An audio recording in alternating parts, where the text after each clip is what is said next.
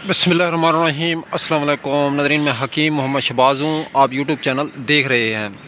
नाज़रीन, इस वीडियो में हम बात करेंगे जामन के हवाले से। जामन जो है जिस्म से बीमारियों को जुदा करता है, जिस्म में गर्मी ख़त्म करता है, मैदे की जलन, हीट, तबखीर का ख़ात्मा करता है। औरतों के मर्ज़ लिकोरिया का बेहतरीन ज़बरदस्त इलाज है।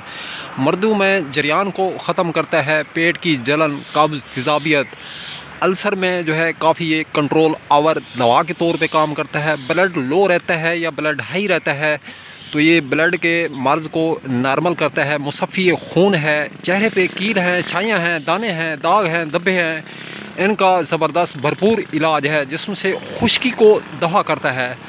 पुरानी कब्ज़ है, गैस है, इसका बेहतरीन और ज़बरदस्त बेख़ता इलाज है।